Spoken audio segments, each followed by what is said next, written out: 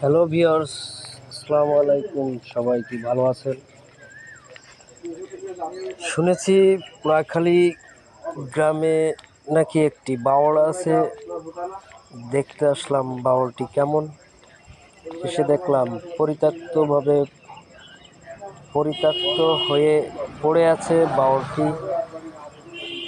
তারপর স্থানীয় এক লোকের সঙ্গে দেখা, তাকে জিজ্ঞাসা করায় শুনলাম অনেক কিছু। শুনুন এরপর তার মুখ থেকেই বিস্তারিত।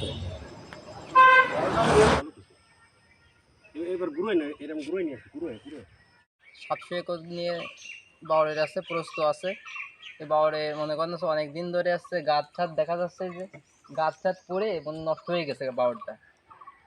এখন মনে করেন নতুন করে আবার আছে খনন করতে হবে, খনন করে আসছে বাওড়টা মেরামত করতে হবে। লেজার মেশিন টেশিন দিয়ে কাটলি কুটলি দেখা যাচ্ছে একটু পরিষ্কার পরিষ্কার করলে দেখা যাচ্ছে এটা আবার আগের মতো মাছ চাষের মতো উপযোগী হবে। এখন মনে করেন এভাবে পড়ে থাকলে তো বাওড়টা নষ্ট হয়ে যাচ্ছে। এটা তো আমাদের সবার সম্পদ, এটা তো আমাদের একার সম্পদ না, না, এটা রাষ্ট্রীয় সম্পদ। এদের দায়িত্ব আমাদের সবার এটা রক্ষা করা। তাই এই জন্য আছে আমাদের সবার একসাথে কাজ করতে হবে, একসাথে আসতে হবে, দেখতে হবে বিষয়টা কেমন কি দেখি। উপরে মহলের যেসব লোকজন আছে প্রত্যেকটা লোকেরই আছে এই জায়গা আছে সহযোগিতা প্রয়োজন। শুধু আমি অবশ্যই আপনি একা বললি এটা কাজ হবে না। না। এই জিনিসটা এখন দেখা যাচ্ছে, দেখেন একটু লক্ষ্য করে দেখা যাচ্ছে কচুরি লাগাইছে, কচু লাগাইছে নি কচু আইছে, এই জায়গাটা কিন্তু শক্ত হয়ে গেছে। এই জায়গাটা শক্ত হয়ে গেছে, এই জায়গা কিন্তু হচ্ছে আর পানি আর আসার সম্ভাবনা নেই।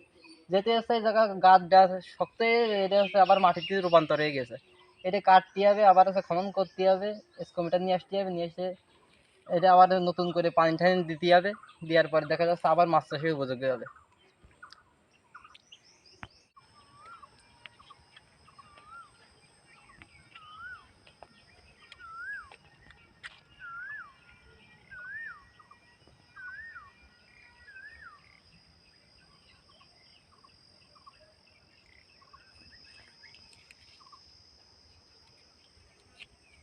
হয়ে গেছে না?